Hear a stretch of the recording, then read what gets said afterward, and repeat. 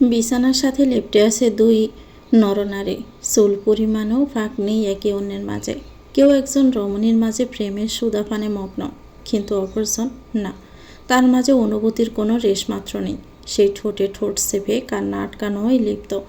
পুরুষটি দীর্ঘ সময় ধরে নিজের চাহিদা মেটানোর পরে ধীরে ধীরে মেয়েটিকে ছেড়ে দেয়। মেয়েটি অজ্ঞান হওয়ার জোগাড়, চোখ ভেঙে অজরে জ্বরছে অশ্রুকণা। শব্দের আজ দলা পাকিয়ে গলার মধ্যেই যেন ডেবে গেছে। সে অনুভূতি শূন্য মানবটির ফানে তাকিয়ে থাকে, কিন্তু মানবটির মুখে রাজ্য জয়ের হাসি। হয়তো দামি কিছু পেয়ে বসেছে, কিন্তু তারই পাওয়ার মাঝে অপরজন যে সব হারিয়েছে, সেই সবে তার কোনো হেলদোল নেই। মানবটি তোয়ালি দিয়ে ওয়াশরুমে যেতেই মেয়েটি আবার পুপিয়ে কেঁদে ওঠে, ভাঙা ভাঙা কণ্ঠে আওড়ালো, এমনটা কেন করলেন আহাত ভাই? এমনটা তো কথা ছিল না। তাহলে আমার জীবনটা কেন এমন নরক বানিয়ে দিলেন? কি পেলেন আমার সবটুকু কেড়ে নিয়ে? আহাত ওয়াশরুম থেকে বেরিয়ে আসে গোসল না করেই। কি পেয়েছি জানি না, কিন্তু এমন অনেক কিছুই আছে যেটা আমার হারানোর ছিল না। ওয়াশরুম থেকে বেরোতে বেরোতে কথাটা বলে ওঠে আহাত, চোখে মুখে কেমন গাম্ভীর্যের ছায়া, নিকশ কালো আখিতে অজস্র মায়া ছড়াছড়ি, চুলগুলো কপালে ছড়িয়ে ছিটিয়ে থাকায় দেখতে মন্দ লাগছে না। যে কোনো মেয়েই এই সুদর্শন ছেলেটিকে এক দেখাতেই পছন্দ করে নেবে, কিন্তু তার মাঝে যে কালো রূপ, সেটা দেখলে সঙ্গে সঙ্গে মুখ ফিরিয়ে নিতে বাধ্য হবে। মহামানবের পানে ঘৃণার দৃষ্টিতে তাকিয়ে থাকে, তা দেখে অদৃশ্য হাসে আহাত। আমার দিকে ঘৃণার দৃষ্টিতে তাকানোর অধিকারও তোর, না হলে শুধু ঘৃণা কেন? কেউ শুধু এই আহাত চৌধুরীর দিকে বাঁকা চোখে তাকালেও আহাত সে চোখ তুলে নিবে। কেন এমনটা করলেন? মাহা ফুফিয়ে কথাটা বলে ওঠে, কিছু প্রশ্নের উত্তর তোর নিজেরও জানা। প্রশ্ন কর নিজেকে, ঠিকই উত্তর পেয়ে যাবি। মাহা এবার ডুকরে কেঁদে ওঠে, মুখ ঘুরিয়ে নেয় অন্যদিকে। মানবের পানে তাকানোর আর ইচ্ছে জাগে না। আহাত এগিয়ে আসে বেডের পানে, মাহাকে দুহাতে আগলে নেয়। মাহা হাত পা ছোড়াছড়ির চেষ্টা করে, কিন্তু সারা শরীরে ব্যথার দরুন শরীর ছেড়ে দেয়। যন্ত্রণা ব্যথায় কোকিয়ে ওঠে শরীরের প্রতিটি কোণা। আহাত মাহাকে কোলে করে ওয়াশরুম পর্যন্ত নিয়ে যায়। শাওয়ারের পানি গায়ে পড়তে মাহা সারা শরীর কেমন জ্বলে ওঠে। সে আবারও কেঁদে ওঠে। রাগ হয় আহাদের প্রতি। আহাত নিজে মাহাকে গোসল করিয়ে দেয়, নিজেও সেই সঙ্গে গোসল করে নেয়। মাহা বাধা দিতে সেও বাধা দিতে পারে না। আহাদের ছোঁয়ায় সে আবারও শিওরে ওঠে, লজ্জায় কুঁকড়ে যায়। আহাত মাহাকে বেডে এসে শুইয়ে দিতে মাহা কিছুক্ষণের মধ্যে ঘুমিয়ে পড়ে। ওইদিকে আহাত বেলকুনিতে এসে কাউকে কল করে, ওইদিকের কি খবর? ভালো না ভাই, আপনার আব্বু তো রেগে আগুন হয়ে আছে। তবে সেটা আপনার উপর না, মাহার উপরে। মেয়েটা বিয়ের আসর থেকে পালিয়েছে, ব্যাপারটা তো আর চারটিখানি কথা না। আহাত কেমন করে যেন হাসে, টুপ করে কল কেটে দেয়। ওদিকে নিবু নিবু চোখে তাকায় মাহা। সারা শরীরে ব্যথা তাকে ভালোভাবে ঘুমাতেও দেয় না। মনে পড়ে যায় আজকের ঘটনা। মাহা চৌধুরী, চৌধুরীর বাড়ির নয়নের মণি। বাড়ির প্রতিটি মানুষ তাকে ভীষণ ভালোবাসে। কালকে মাহার বিয়ে ছিল। বিয়েটা তার বড় আব্বুই ঠিক করেছিলেন, কিন্তু বিয়ের আগে কোথা থেকে হঠাৎ করে হাজির হলো তার চাচাতো ভাই আহাত। একরকম সবার অজান্তেই তাকে এখানে তুলে নিয়ে আসে, আর তারপরেই না, সে আর ভাবতে পারে না। আবারও ডুকরে কেঁদে ওঠে। তার কান্নার আওয়াজে রুমে প্রবেশ করে আহাত। মাহাকে কাঁদতে দেখে বিরক্তিতে তার চোখ মুখ কুঁচকে আসে। কাঁদছিস কেন? তোর বর মরেছে? কিন্তু আমি তো এখানে। তাহলে মরলটাকে? মাহা এবার ধীরে সুস্থে উঠে বসে। আমাকে বাড়িতে দিয়ে আসুন। কেন? যাতে তুই বিয়ে করতে পারিস? এত শখ বিয়ে করার? আপনাকে বলতে আমি বাধ্য নেই। আহাত এসে আবার মাহার গলা চেপে ধরে, দাঁত কিরমির করে বলে, আমাকে বলতে বাধ্য নোস তো কাকে বলতে বাধ্য তুই? আমি কে জানিস না? কে আমি তোর? বল কে? মাহার কান্নার বেগ বেড়ে যায়। কেন ফিরে এসেছেন? চলে যান, আমাকে আমার মতো ছেড়ে দিন। তোকে মেরে ফেলে নিজেকেও শেষ করব, তবে তোকে ছাড়ব না। তোকে কষ্ট দেওয়ার জন্য হলেও তোকে আমি ধরে রাখবো। নিজের গলা থেকে অনেক কষ্টে সে আহাদের হাত ছাড়িয়ে নেয়। কয়েকবার শুকনো কাশি দিয়ে আওড়ালো, আমার সবটুকু তো কেড়েই নিয়েছেন। এবার তো শান্তি পাওয়া উচিত আপনার। মরার থেকেও লাশ হয়ে গেছি আমি। এবার ছেড়ে দিন, আমাকে যেতে দিন। যেতে দিলে কি করবি? মাহা তাকায় আহাদের দিকে। আহাতের নেত্র জোড়া রক্তিম বর্ণ। মাহা ডোক গিলে, বড় আব্বু যেটা চান। পুরোটা আর বলা হলো না মাহার। তার আগে একটা শক্তপোক্ত হাতে সর এসে পড়ে তার গালে। বিয়ে করবি? ডিভোর্স নিয়েছিস আমার কাছ থেকে, নাকি অবৈধভাবে সংসার করবি? আমার লাইফ আমি বুঝে নিব। মাহা আরও কিছু বলতে যায়, কিন্তু তার আগে আহাত তার ওষ্ঠ নিজের ওষ্ঠে মিলিয়ে দেয়। নিজের সমস্ত রাগের জ্বর মাহার ওষ্ঠের উপরে দিয়ে বইয়ে দিয়ে যায়। ক্ষত বিক্ষত করে ছাড়ে। গালের মাঝে নোনতার স্বাদ পেতে আহাত ছেড়ে দেয় মাহাকে। আমাদের সম্পর্কের বৈধতা আছে, সব জায়েজ। তুই আমার, আমিই তোর গন্তব্য, তোর ভবিতব্য। আমার আর তোর মাঝে না কেউ আসবে, আর না আমি কাউকে আসতে দিব। আমি সব জ্বালিয়ে দিব, সব, বলে আহাদ মাহিকে ছেড়ে দেয়। রুমে দরজা লক করে বেরিয়ে পড়ে বাহিরে। আপাতত বাড়ির কিছু কল অ্যাটেন্ড করতে হবে। বাহিরে গিয়ে আহাদ আগে কল লাগায় তার আব্বু আরবাজ চৌধুরীর ফোনে। অপর পাশ থেকে কল রিসিভ করে কেউ ঝাঁঝালো কণ্ঠে বলে ওঠে, মাহা কোথায়? আমার কাছে। আমার কাছে কথাটা যেন বজ্রপাতের ন্যায় ঠেকলো আরবাজ চৌধুরীর কানে। তিনি হিসিয়ে বলে উঠলেন, অসভ্য ছেলে, তুমি জানো না মাহার বিয়ে ছিল কাল রাতে? জানি তো, জানি বলেই তো নিয়ে এলাম। আমার আবার ওকে ছাড়া থাকতে ভালো লাগে না। চুপ করো বেয়াদব ছেলে, তুমি যে কেমন মানুষ সেটা আমি খুব ভালো করেই জানি। তুমিও কেমন মানুষ সেটাও আমি জানি আব্বু। So please stop all of this. তুমি এক্ষুনি মাহাকে নিয়ে ফিরে আসবে, ভেবে দেখছি।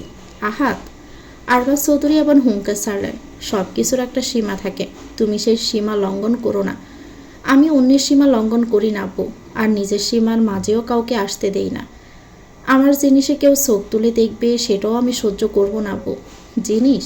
কে তোমার জিনিস? কিসের ভিত্তিতে তুমি মেয়েটাকে নিয়ে গেলে? কি দোষ ওর? ওর দোষ আছে, ওর অনেক দোষ আছে, সেটা একান্তই আমাদের মাঝের ব্যাপার। তুমি এর মাঝে এসো না আব্বু। আলবাত আমার ব্যাপার, তোমার কোনো অধিকার নেই ওকে নিয়ে যাওয়ার। আরবাজ চৌধুরীকে আর কিছু বলার সুযোগ না দিয়ে আহাত কল কেটে দেয়। মেজাজ গরম হয় মুহূর্তেই। তার নাকি অধিকার নেই, তাহলে কার আছে? ওই অয়নের? অয়নের কথা মাথায় আসতে তার মেজাজ আরও বিগড়ে যায়। সে গটগট পায়ে রুমে আসে, দেখে বিছানায় কেমন গুটিসুটি মেরে ঘুমাচ্ছে মাহা। আহাতের রাগ হয়, ভাবে এই মেয়েটির সব দোষ, তার জন্যই সব হচ্ছে। সে গিয়ে শুয়ে পড়ে মাহার পাশে, এক হাত দিয়ে টেনে আনি নিজের নিকট। তুই আমার জীবনটা জ্বালিয়ে দিলি মহামায়া, এবার তোর জ্বালার পালা। এ আহাত তোর শেষ গন্তব্য, সারা জীবন আমার কাছেই তোকে থাকতে হবে। আমাকে যা যা যন্ত্রণা দিয়েছিস তার প্রতিটা শোধ আমি তুলব। আমার থেকে নিস্তার নেই তোর, নেই নিস্তার। কথাটা বলে সে আরও জোরে নিজের মাঝে চেপে ধরে মাহাকে। ঘুমের ঘোরে মাহা ব্যথায় কুকিয়ে ওঠে। মাহাকে নিজের সাথে আষ্টে পিষ্টে জড়িয়ে রেখে সাহাত চুল পরিমাণও ফাঁক দেয়নি, যেন ছেড়ে দিলেই সে অন্য কোথাও পালিয়ে যাবে, হারিয়ে যাবে আবারও। সকাল কটা বেজেছে তার কোনো ইয়াত্তা নেই। রুমের লাইট অফ, জানালাগুলো বন্ধ সব। ভিতর থেকে বাহিরের দিকে তাকিয়ে বোঝার জন্যই আসলেই বেলা কতটা গড়িয়েছে। আহাত নিজের ঠোঁটটা মাহার কানের কাছে নিয়ে গিয়ে ফিসফিসিয়ে স্বরে বলল, উঠে পড়ো সুইটহার্ট, আর কত ঘুমাবে? বলার সময় আহাতের ঠোঁট মাহার কানের লতিতে বেশ কয়েকবার স্পর্শ করেছে। মাহা ঘুমের ঘোরে কেমন কেঁপে কেঁপে ওঠে, পাতলা হয়ে আসে ঘুম। নিবু নিবু নয়ন টেনে হিঁচড়ে চোখ খোলার প্রয়াস ঘটায়। সকালও হয়, ঘুম ভেঙে বুকের কাছে ভারী কিছু অনুভব করে। কেউ একজন বেশ সযত্নে মাহাকে বুকের মাঝে আগলে রেখেছে। মাহা কিছুক্ষণ বোঝার চেষ্টা করে সে কোথায় আছে।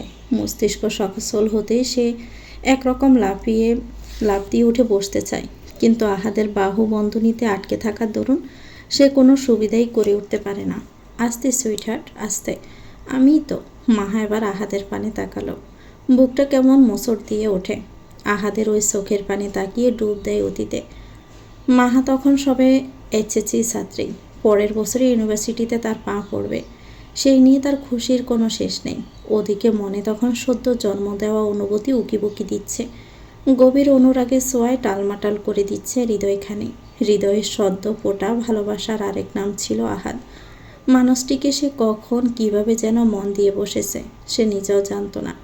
অজান্তেই মানুষটির আশেপাশে থাকতে ভালো লাগতো, তাকে ছোঁয়ার একটু ইচ্ছে দিন রাত যেন কিভাবে পার করে দিত। তবে আহাদ তার আশেপাশেও ভিড়ত না। মনে মনে খুব কষ্ট পেত মাহা। ভেবেছিল আহাদের থেকে দূরে থাকবে, কিন্তু নিষ্ঠুর মন তা মানতে নারাজ। তাই তো বারবার মনের বিচরণ ঘটেছে আহাদের দিকে। ভালোবাসার জোয়ার ভিজিয়ে দিয়েছে মাহার হৃদয়খানি। একদিন তারা পরিবারের সকলকে নিয়ে গ্রামের বাড়িতে বেড়াতে গিয়েছিল। আহাদ সন্ধ্যার সময় আশেপাশে একটু ঘুরতে গেছিল। আহাদের একা যাওয়ায় সেই সুযোগকে কাজে লাগিয়েছিল মাহা। সেও আহাদের পিছু পিছু ছুটে গেছিল। আহাদের গন্তব্য ছিল অজানা। ভেবেছিল আজ যেখানেই মন চায় সেখানেই ঘুরবে। মাহাও বেশি কিছু না ভেবে তার দিকে অনুসরণ করে এগিয়ে গেছিল, কিন্তু গুণাক্ষরেও টের পায়নি সামনে তাদের জন্য কি বড় বিপদিনে অপেক্ষা করছে। সেখানেই অনাকাঙ্ক্ষিতভাবে তাদের বিয়ে হয়ে যায়। কোনো এক ডাকাত দলের কবলে পড়ে পালিয়ে বাঁচতে বাঁচতে বাঁচে। তবুও সাধারণ মানুষের থেকে উপকার পাওয়ার বদলে অপকারে পেয়েছিল। দৌড়ে বেঁধে তাদেরকে দিয়ে দেওয়া হয়েছিল। আহাদ সেদিন অনেক বাধা দেওয়ারই চেষ্টা করেছিল, কিন্তু মাহা ছিল নির্লিপ্ত, আর সেটাই ছিল আহাদের রাগের অন্যতম কারণ। বাড়ি ফিরে কোনো এক অজানা কারণে রাতারাতি আহাদ বাড়ি ছাড়ে, বাড়ি দেয় সুদূর আমেরিকায়। মাঝে কেটেছে অনেকটা বছর। মাহা এখন পূর্ণাঙ্গ যুবতী। সে এখন ইউনিভার্সিটির 3য় বর্ষের ছাত্রী। গতকাল রাতে তার বিয়ে ছিল। ছেলেটি তার ভার্সিটির প্রফেসর। মাহাকে প্রথম দেখাতেই তার পছন্দ হয়ে গেছিল, তবে সেটা স্বীকার করেনি। সময় নিয়েছে, মাহার মনে নিজের জন্য ভালো ইমপ্রেশনের সৃষ্টি করেছে। তবে গিয়ে সে নিজের মনের কথাটা সবটা সে স্বীকার করেছে, তবে সেটা মাহার সামনে নয়, বরং মাহার পরিবারের সামনে। অয়ন নিজের পরিবার নিয়ে সোজা মাহার বাড়িতে গিয়ে হাজির হয়েছিল। এত সুন্দর একটা প্রস্তাব, এত ভালো পাত্র দেখে কেউ আর না করেনি। মাহাও আর বারণ করার সাহস পায়নি। তবে মনের মাঝে কোথাও রয়ে গিয়েছিল তার স্বামী নামক পুরুষটিকে, যাকে সে একটা সময় খুব ভালোবেসেছিল। হৃদয়ের গহীনে খুব করে তার জায়গা পাকাপোক্ত করেছিল, কিন্তু আজ যেন সব কিছু ধোঁয়াশা। কিন্তু কাল রাত যেটা হলো সেটা তো মাহার ভাবনারও বাইরে। হ্যাঁ, সে ভালোবাসে, কিন্তু এটা মেনে নিতে পারছে না। বুকের মাঝে অসহ্য জ্বালা হচ্ছে। হয়তো ভয় পাচ্ছে, কিন্তু ভয়টা কিসের? আহাদকে হারিয়ে ফেলার ভয়? হ্যাঁ, তাই হবে হয়তো। নয়তো স্বামী নামক ভালোবাসার মানুষের কাছে নিজেকে সঁপে দিতে কার বা দ্বিধা থাকবে। আহাদ অপলক চেয়ে থাকে তার প্রিয়সীর পানে। মেয়েটির মুখ যেন জ্বলজ্বল করছে। আহাদ হাসে, ভাবে ভালোবাসায় পূর্ণতা পেলে বুঝি মেয়েদের সৌন্দর্য বেড়ে যায়। মন বলে হবে হয়তো। আমার বুকের মাঝে থাকতে ভালো লাগছে, তুই বললে সারা জীবন রেখে দিতে পারি। অবশ্য বললে কি, তোর জায়গা আমার বুকের মাঝেই। আহাদের মুখের দিকে তাকিয়ে মাহা আবারও কেঁদে ওঠে। সে ভয় পায়, আবারও হারিয়ে ফেলার ভয়। তবে আহাদ এটা কেন করলো সে বোঝে না। ভালোবেসে করেছে কি, নাকি রাগে বশীভূত হয়ে করেছে? কই, ভালোবাসি তো বলেনি কখনো। গতকাল থেকে প্যাস প্যাস করে কেঁদেই যাচ্ছিস। তুই শুধু কাঁদাবেই আমার ভালোবাসার যন্ত্রণায়। তবেই না বুঝবো আমি পুরুষ হিসাবে পারফেক্ট। কিন্তু না, তুই তো আবার ছোটো থেকে সিসকাদুনে। আমার সাথে এমনটা নাও করতে পারতেন। সমাজ এখন আমাকে। মাহা তার পুরো কথা শেষ করতে পারল না। তার আগেই আহাদ ছোট্ট একটা সুমিকে দেয় তার ওষ্ঠে। মিনমিনে স্বরে আওড়ালো, আমাদের বিয়ে হয়েছে, সব জায়েজ। কেউ তোকে ন্যূনতম অপমান করতে পারবে না, আমি তো আছি। তার আগে বলুন কি পেলেন এটা করে? মাহার কণ্ঠে রাগ স্পষ্ট। আহাদ হাসে। রাগলে মেয়েটির নাকের পাটা কেমন ফুলে ওঠে, দেখতে বেশ আদুরে আদুরে লাগে। ভালোবাসতে ইচ্ছে করে। ধরো তোমাকে পেয়েছি, আমার সর্বনাশ করে কি লাভ হলো? কোনো অপরাধের প্রতিশোধ নিলেন? কাল আমার বিয়ে ছিল আহাদ ভাই। আহাদ আবার মাহার গলা টিপে ধরে, তবে আলতোভাবে। মেয়েটিকে কোনো আঘাত করতেও তার ইচ্ছে করে না, কিন্তু রাগকেও কন্ট্রোল করতে পারছে না। ওই বিয়ের কথা মুখেও আনবি না মাহা। ভুলে যাস না তুই অলরেডি বিবাহিত। যে বিয়ের সামাজিক কোনো মর্যাদা নেই, সে বিয়ে কি আদৌ মূল্যবান? সৃষ্টিকর্তার নামে কালেমা পড়ে কবুল বলেছি। স্বয়ং সৃষ্টিকর্তা চেয়েছেন তাই বিয়ে হয়েছে, বাকি সমাজের কে তোয়াক্কা করে? মাহা চোখ বড় বড় করে তাকালো, যেন অবিশ্বাস্য কিছু শুনে ফেলেছে। যে ছেলেটা বিয়েটা করতেই চায়নি, বিয়ে করবে না বলে নানান যুক্তি খাড়া করা ছিল, সেই ছেলেটাই মুখে এসব কথা শুনে অবাক হওয়াটা অস্বাভাবিক। আপনি বিয়েটা মানেন? মাহা অবিশ্বাস্য কণ্ঠে আওড়ালো, বিয়ে না মানলে তোর সাথে কি করলাম এটা? নাকি তোর বিশ্বাস হচ্ছে না বিয়েটা মেনেছি? আবার প্রমাণ দেখাবো? আমি কিন্তু বেশ মুডে গেছি, তুই বললে আরও একবার ট্রাই করতেই পারি। মাহার কান দুটো যেন ঝাঁঝিয়ে ওঠে। লজ্জা ভয় কিছুটা রাগ মিশ্রিত মুখ ফিরিয়ে নেয় সে অপর দিকে। লজ্জা পাচ্ছিস? মন্দ লাগছে না? লজ্জার ভাত আরেকটু ভাঙি তাহলে। ভাঙি আমাকে বাড়ি নিয়ে চলুন। এমন কথার পরিপ্রেক্ষিতে এমন উত্তর আহাদের মেজাজ বিগড়ে দেয়। কোথায় একটু মিষ্টি মিষ্টি কথা বলবে তা না, এসব উল্টাপাল্টা কথা বলে মাথা খারাপ করে দেয়। আমিই তোর ঘর আর আমিই তোর বর। অন্য বাড়ি গিয়ে কী করবি তুই? হেয়ালি করবেন না, আপনাকে আমি বুঝতে পারছি না। হঠাৎ করে আপনার এই বিয়ে মেনে নেওয়াটা আমার কাছে সুবিধার লাগছে না। বুঝেছি, তোর আরও আদর চাই। এই সামান্যতে তোর মন ভরেনি তাই না? মাহা হা করে তাকিয়ে থাকে আহাদের দিকে। কোন কথার উত্তরে এ ছেলে কোন কথা বলছে? নির্ঘাত পাগলের ট্রেনিং নিয়ে এসেছে বিদেশ থেকে, না হলে মাথাটা পুরোপুরি বিগড়ে গেছে। মাহা এবার উঠে বসে, আবারও ফ্রেশ হয়ে শরীরের কামিজটা ভালোভাবে জড়িয়ে নেয়। রুমে আসতে দেখে আহাদ শুয়ে শুয়ে ফোন স্ক্রলিং করছে। মাহা নিজে রুমের দরজা খোলার চেষ্টা করে, কিন্তু দরজা লক করা। এটা খুলুন। আহাদ তাকায় মাহার দিকে, মনে মনে ভাবে মেয়েটাকে আরেকটু রাগিয়ে দেওয়া যাক, রাখলে মেয়েটাকে বেশ ভালো লাগে। এই সুযোগে আহাদ মোটেও যেতে দিবে না। নিজের ড্রেস নিজে খুলতে পারিস না? আচ্ছা ঠিক আছে, আয় আয়, আমি খুলে দিচ্ছি, একটু আদর না হয় করে দিব। মাহা হতবিহ্বলে নেয় তাকালো। কোনো কথার কি জবাব দিল এই ছেলেটা। এখন সে পুরোপুরিভাবে নিশ্চিত এই ছেলের মাথা খারাপ হয়ে গেছে। রাগে কটমট করতে থাকে সে। আপনি আপনি একটা অসভ্য, সাথে নির্লজ্জ। তোরই তো, বলে আহাদ একটা চোখ টিপ দেয়। মাহা দীর্ঘশ্বাস ফেলে। অজানা কোনো কষ্টে বুকটা আবারও মোচড় দিয়ে ওঠে। কিন্তু এই ছেলে তো এসব বোঝার নয়। না জানি বাড়িতে কি হচ্ছে। আর অয়ন স্যার, তিনি বা কী ভাবছেন? নিশ্চয়ই ভাবছেন আমি কারোর সাথে পালিয়ে গেছি, কিন্তু সে তো পালায়নি। এই লোকটাই তো তাকে জোর করে এখানে নিয়ে এসেছে। মাহার ভাবনার মাঝেই কেউ তার হাত টেনে নিজের বুকে এনে ফেলে, কপালে এঁকে দেয় ভালোবাসার পরশ। শেষ? নিজের খায়েশ মেটানো শেষ? এবার তো যেতে দিন, আর কত? মাহার ভাঙা ভাঙা কণ্ঠস্বর। তার সাথে আদৌ কী হচ্ছে সে কারণটা বুঝতেই পারছে না। আহাত তাকে নিজের দিকে টানছে, নিজের কাছে টানছে। এটা যেমন আনন্দের তেমনি যন্ত্রণার। বলা তো যায় না কখন আবার সে মাহাকে ছেড়ে চলে যাবে। তখন মাহা কী করে সামলাবে নিজেকে? একবার তো সামলে নিয়েছে, কিন্তু এত কাছে আসা, এত গভীরে প্রবেশের পর কি ভুলে যাওয়া সম্ভব? সম্ভব না। মাহা তো বেঁচে থাকতে থাকতেই মরে যাবে। মাহা একটু ধাক্কা দিয়ে সরিয়ে দেয় আহাতকে। অশ্রুসিক্ত নয়নে বলে, আমাকে ছোবেন না, দূরে থাকুন। দূরে তো ছিলামই, কিন্তু তুই তো ফিরতে বাধ্য করেছিস। মাহা তাচ্ছিল্যের হাসি হাসায়, হেসে বলল, আমি বাধ্য করেছি? তোর অনৈতিক কাজ বাধ্য করেছে। কোনো মেয়ে স্বামী বেঁচে থাকতে আবার বিয়ে করে? বল, কোন মেয়ে করে? আহাদ এবার একটু ধমকে ওঠে। মাহা আবারও কেঁদে দেয়। তার আসলে এখন কি করা উচিত সে নিজেও বুঝতে পারছে না। বাড়ি গিয়ে বড় আব্বুকে কি জবাব দিবে সেটাও বুঝতে পারছে না। মাহা কাঁদতে কাঁদতে ফ্লোরে বসে পড়ে। আহাদ সেদিকে তাকিয়ে কষ্ট পায়। গিয়ে দাঁড়ায় মাহার সামনে, বিনা বাক্যে তাকে কোলে তুলে নেয়, গিয়ে শুয়ে দেয় বিছানায়, নিজেও তার পাশে শুয়ে পড়ে। মাহা ওঠার চেষ্টা করলে আহাদ তাকে আটকে দেয়। একটা হাত দিয়ে মাহার দুটো হাত আঁকড়ে ধরে, বাকি হাতটা মাহার সুগঠিত কোমরে। আহাদ মাহার মুখে গলায় অজস্র চুমু এঁকে দিতে থাকে। মাহা চাইলেও কিছু করতে পারে না। সে তো নতুন একটা অনুভূতির জোয়ারে আবারও ভেসে যাচ্ছে। একরকম বরফের ন্যায় জমে যায় সে। আহাদ হাসকে কণ্ঠে বলে ওঠে, আর একটা বার তোকে নিজের করে পেতে চাইছি, এক্ষুনি, এই মুহূর্তেই। এটাই তোর থেকে প্রথম এবং শেষ অনুমতি নেওয়া। এরপর থেকে আর অনুমতি নিব না। মাহা সেও কিছু বলতে পারছে না। আহাদ আর সময় বিলম্ব করে না, হারাতে থাকে মাহার মাঝে। মাহার লজ্জায় কুকড়ে ওঠে। আহাদ মাহার উষ্ঠে নিজের ওষ্ঠ মিলিয়ে দেয়, বিচরণ করে অবাধ্য হাতের। আবারও জল গড়িয়ে অনেকটা দূর এগিয়ে যায়। ভালোবাসার অসহ্য পীড়ায় মাহার টালমাটাল অবস্থা। স্বামীর এমন আদুরে পরশে সে কেমন কেঁপে কেঁপে ওঠে, কিন্তু বারণ করার সুযোগ পায় না। ভালো লাগার অসহ্য যন্ত্রণায় সে আবারও আহাদের কাছে নিজেকে সঁপে দেয়। আহাদও সায় পেয়ে আরও বেশি করে মত্ত হতে থাকে মাহার মাঝে। মাহার প্রতি রাগের বহিঃপ্রকাশ সে ভালোবেসে শোধ করতে থাকে। একটা সময় মাহা ব্যথায় কোকিয়ে ওঠে, খামসে ধরে আহাদের পিঠ। রিল্যাক্স যান, টেক এ ব্রেথ। বেলা গড়িয়ে সন্ধ্যা। মাহা এখনও আহাদের বুকের মাঝে লেপ্টে আছে।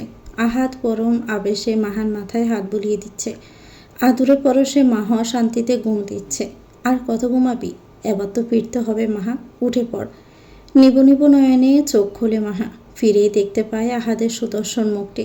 বুকের মাঝে আবারও তোলপাড় শুরু হয়। অনুভূতির জোয়ারে ভালো লাগা চেয়ে যায়। আমাকে দেখার অনেক সুযোগ পাবি, এখন চল, ফিরতে হবে। মাহা শুকনো ডোক গেলে, অজানা ভয় পায়। বাড়িতে গেলে না জানি কি ঘটে তার সাথে। ওইদিকে মাহাকে তখনও উঠতে না দেখে আহাদ বলে ওঠে, এই বাড়িটা পছন্দ? তুই বললে থেকে যেতে পারি।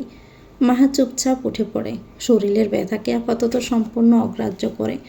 বাড়িতে কি বলবে, সবাই কী ভাববে, সেসব ভেবে শরীরের ব্যথা যেন কিছুটা লাঘব হয়। সে ফ্রেশ হয়ে অন্য একটা কামিজ পরে নেয়। কামিজটা আহাদি তাকে এনে দিয়েছিল।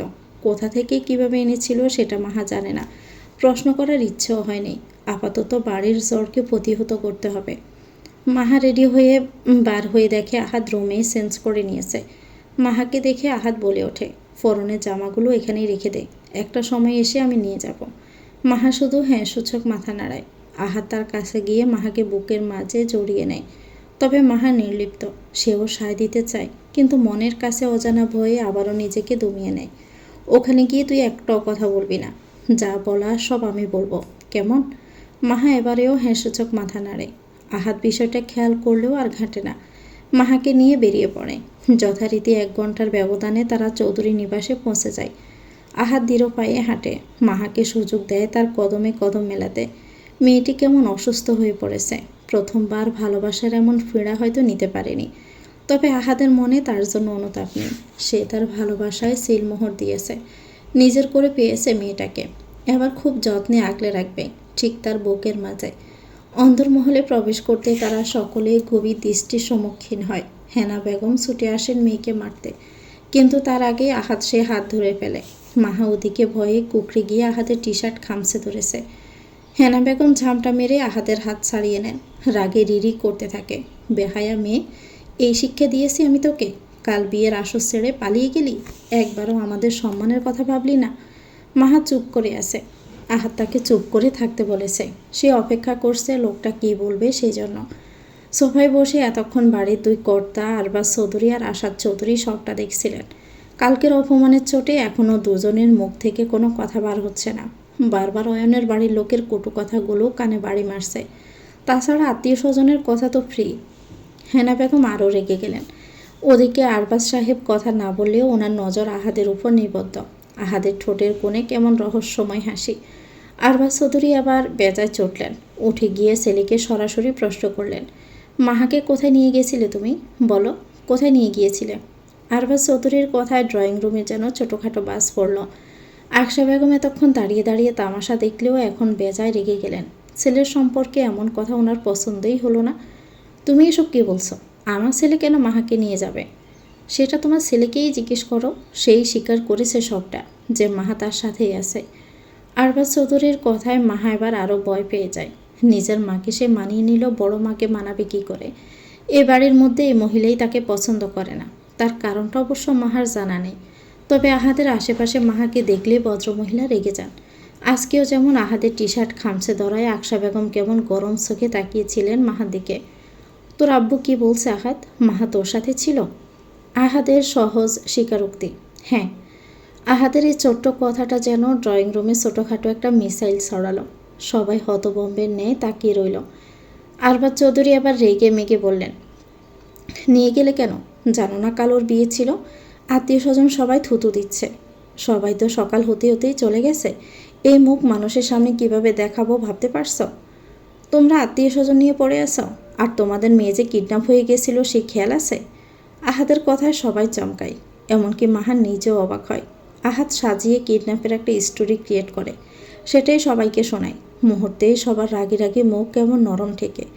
হেনা বেগম মেয়েকে জড়িয়ে কাঁদলেন, তবে সবার মাঝে আকশা বেগমের তীক্ষ্ণ দৃষ্টি মাহার উপরে। ওনার জহুরি চোখ তো অন্য কিছু বলছে। তিনি একবার ছেলের দিকে তাকাচ্ছেন তো একবার মাহার দিকে। তিনি যেটা ভাবছেন সেটা যদি ঠিক হয় তাহলে কালকেই এই মেয়েকে বাড়ি থেকে বিদায় করবে। ওনার ছেলের আশেপাশেও আসতে দেবেন না। এত কিছু হয়ে গেল, তুমি জানবে না একবার? আমরা পুলিশের সাহায্য নিতাম। আমি ছিলাম ওর সাথে ছোট আব্বু, পুলিশের দরকার হতো না। কেন, তুই কি ওর গার্ডিয়ান? আকশা বেগমের তপ্তস্বর, ইয়েস, আমি ওর হাজব্যান্ড। আহাদের এতক্ষণের কথায় সবাই যতটা না অবাক হচ্ছিল, এখনকার কথায় সে অবাকতা মাত্রা অতিরিক্ত। মাহা কেমন কেঁপে ওঠে, তবে অজানা ভালো লাগাতে মন দলে যায়। সেই সঙ্গে ভয়ও পায় কিছুটা।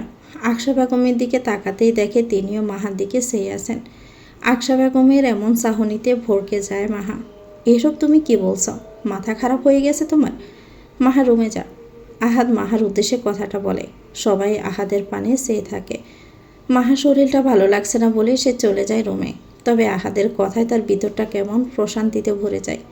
লোকটা তাকে স্ত্রী হিসাবে পরিচয় দিল, এই যেন স্বর্গসুখ পাওয়ার সমান। মাহা যেতে স্বস্তির নিঃশ্বাস ফেলল আহাদ। গ্রামে ঘটে যাওয়া সেই ঘটনা সবাইকে বলে। সবাই তো শুনে অবাক, তবে রেগে যান আকশা বেগম। তিনি এই বিয়ে কিছুতেই মানবেন না। এই বিয়ে আমি মানি না, এই বিয়ের বৈধতা নেই। কালকে একটা ডিভোর্স ফাইল করব, তারপর মাহাকে বিয়ে দিব। আকশা বেগম কথাটা বলে থামেন। নিজের বৌমা হিসাবে এই মেয়েকে ওনার একটু পছন্দ না। বিয়ে তো হয়ে গেছে মা, কিছু করার নেই। হেনা বেগম আসাদ চৌধুরী যেন বলতেই ভুলে গেলেন।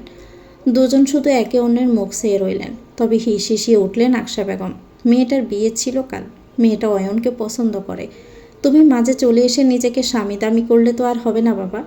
তাছাড়া এই বিয়েতে বড়রা উপস্থিত থাকে না, সেই বিয়ের কোনো মূল্যই থাকে না, তাই না আহাদ রাব্বু? ভদ্রলোক এতক্ষণ চুপচাপ ছিলেন, কিন্তু স্ত্রীর কথায় পড়লেন সে বিবাকে।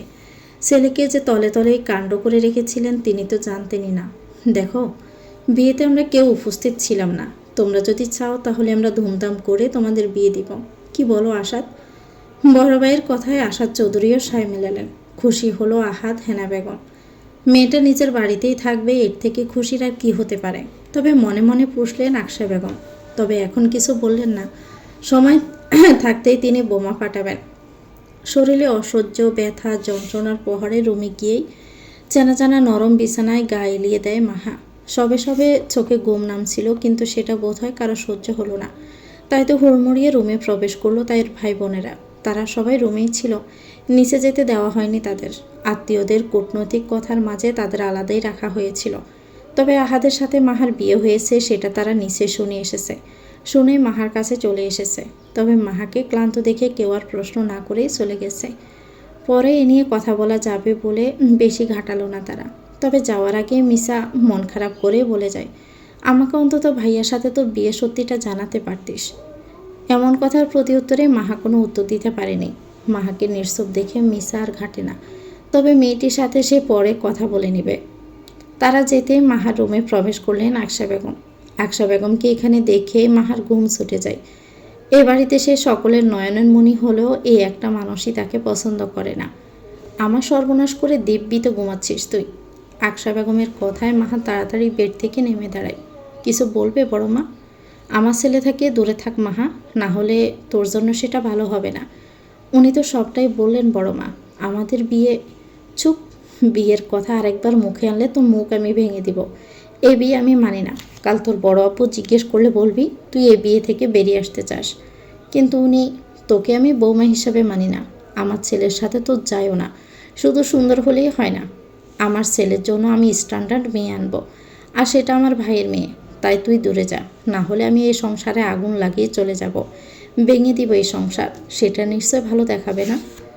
মাহা কেঁদে দেয়। ভেবেছিল এবার হয়তো সব কিছু ঠিক হয়ে যাবে, কিন্তু তার পোড়া কপালে যে কিছু ঠিক হওয়ার নয়। সে মাথা নাড়িয়ে বলে, তুমি একবার আমাকে মেনে নাও, আমি তোমার ভালো বৌমা হয়ে ঠিক দেখাবো। তোকে তো আমি মানব না, আর তুই বাড়াবাড়ি করলে সংসার ভাঙব, সেটা নিশ্চয় ভালো হবে না। না না, আমি তোমার কথা শুনবো, তবু এই সংসার তুমি ভেঙো না। আমার কথা যদি বলছিস, চিন্তা করো না, তোমার কথা আমি বলবো না। অয়ন ভালো ছেলে, বিয়ে করে সংসার কর, বলে আকশা বেগম চলে যান। তিনি বোমা ফাটিয়ে দিয়েছেন, এবার দেখতে চান মেয়ে কী করে। আকশা বেগম যেতে কান্নায় ভেঙে পড়ে মাহা। এই তো সকালেই সে কত স্বপ্ন দেখে বসেছিল, তার সেই স্বপ্ন ভেঙে খান খান হয়ে গেছে। আহাদ আবারও মরিচিকার নেয় তার কাছে, যাকে দূর থেকে দেখা তো যায়, কিন্তু বাস্তব জীবনে পাওয়া যায় না। তার কোনো সৌভাগ্য ছিল, তার স্বামীর গভীর ভালোবাসায় সিক্ত হতে পেরেছিল। তবে সেটা ক্ষণিকের, তাও প্রমাণিত হলো। মাহা দরজা বন্ধ করে শুয়ে পড়ে। সব কেমন বিষের ন্যায় ঠেকে তার নিকট। সারা ঘর সে উলটপালট করে দেয়, ভেঙে টুকরো টুকরো করে পছন্দের জিনিস, কেঁদে বুক বাসায়। ক্ষণিকের জন্য মনে হয় মরে যাওয়াটাই বোধ হয় ভালো। পরপর কি ভেবেই থেমে যায়। মরে যাওয়ার মতো সাহসও তার নেই, কিন্তু এইভাবে বেঁচে থাকাও তো যায় না। গভীর রাত, সকলে অনেক ডাকার পরেও মাহা খেতে নামেনি। তার এক কথা খিদে নেই। ওদিকে আহাদ বাড়িতে না থাকায় কিছু জানতেও পারে না। মধ্যরাতে ফিরে সে ড্রয়িং রুমে আরবাজ চৌধুরীকে বসে থাকতে দেখে। আহাদকে দেখে তিনি উঠে দাঁড়ান। ছেলের সামনে গিয়ে রাশবাড়ি কণ্ঠে বলো, সত্যিটা লুকিয়ে তুমি ঠিক করলে না আহাদ। তবে মাহা যদি না চায় এ বিয়ে কিন্তু আমি দেব না। মাহা রাজি হবে, আলবাত রাজি হবে। আহাদের কণ্ঠে কনফিডেন্স। আরবাজ চৌধুরী তাচ্ছিলেন হাসি হেসে বললেন, মনে তো হয় না। মেয়েটা কেঁদেছে মনে হয়। সারাটা সন্ধে নিচে নামেনি, এমনকি খায়ও নি। বিয়ের কথা সে শুনেছে, আমি বলেছি, তাও খুলেনি। এর থেকে কি বোঝায়? বোঝায় যে সে বিয়েতে রাজি না। আরবাজ চৌধুরীর কথায় আহাদের মেজাজ খারাপ হয়ে যায়। তবে নিজেকে সংযত রেখে বিনা শব্দে নিজের রুমে প্রবেশ করে। আরবাজ চৌধুরীও সেদিকে ফিরে দীর্ঘশ্বাস পেলেন। এটুকু সময় তিনি বুঝেছেন ছেলেটা মেয়েটাকে পছন্দ করে, কিন্তু মাহা, সে হয়তো করে না। যদি করতো তাহলে অয়নের সাথে বিয়েতে রাজি হতো না। হয়তো মাহা অয়নকেই ভালোবাসে। তাছাড়া আহাদের সাথে বিয়েটাও তো তার নিছকই একটা ভিত্তিহীন, সেটা জোর করেই দেওয়া হয়েছে। আহাদ সোজা নিজের রুমে গিয়ে ফ্রেশ হয়ে নেয়। মাহার রুমের সামনে গিয়ে বেশ কয়েকবার কল করে তাকে, কিন্তু মাহা বারবার সেই কল কেটে দেয়। 20 বারের চেষ্টার পর আহাদ আবার হুমকিমূলক মেসেজ করে, এক্ষুনি দরজা না খুললে আমি ভেঙে ফেলবো মাহা, আমার ধৈর্যের পরীক্ষা নিবি না। মেসেজটা দেখে মাহা শুকনো ঢোক গিলে। দরজা খোলার ইচ্ছে না থাকলেও দরজা খুলে দেয়। আহাদ দৃঢ় পায়ে রুমে ঢুকে। রাগে চোখ মুখ রক্তিম বর্ণ ধারণ করেছে। তবে সেসবে মাহার খেয়াল নেই। সে নিজের দৃষ্টি ফ্লোর পানে আবদ্ধ রাখে। আহাদ আশেপাশে তাকিয়ে দেখে ছোটোখাটো একটা ঘূর্ণিঝড় বয়ে গেছে রুমের মধ্যে।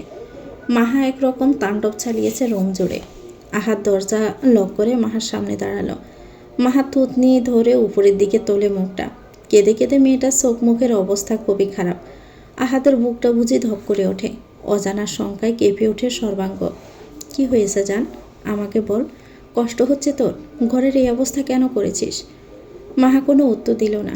আহাদ কথা না বাড়িয়ে খাবার নিয়ে আসে, মাহাকে খাইয়েও দেয়। মাহা চুপচাপ খেয়ে নেয়। খাওয়া শেষে আহাদ আবারও প্রশ্ন করে, কি হয়েছে আমাকে বলবি না? মাহা শুধু উত্তর দেয়, চলে যান এখান থেকে, মানি না আপনাকে স্বামী হিসাবে আমি, আমাকে আপনার হালে ছেড়ে দিন। মাহার ভাঙা ভাঙা কণ্ঠে বলা কথাটা আহাদের হৃদয়কে ছিন্ন ভিন্ন করে দেয়। সে মাহাকে জড়িয়ে ধরে বলে, তোর থেকে দূরে যাওয়ার শক্তি আমার নেই, যদি তেমনটা হয় তাহলে আমাকে মেরে দিস।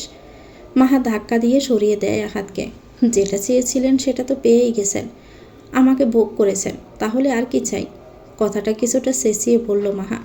তবে আহাদ শান্ত শান্ত কণ্ঠে জবাব দেয়, সারা জীবন তোকে চাই, নিজের করে চাই, সব সময় সর্বক্ষণ। মাহা মুখ সরিয়ে নেয়। কষ্টে বুকটা তার ফেটে যাচ্ছে, কিন্তু চাইলেও কিছু করতে পারছে না।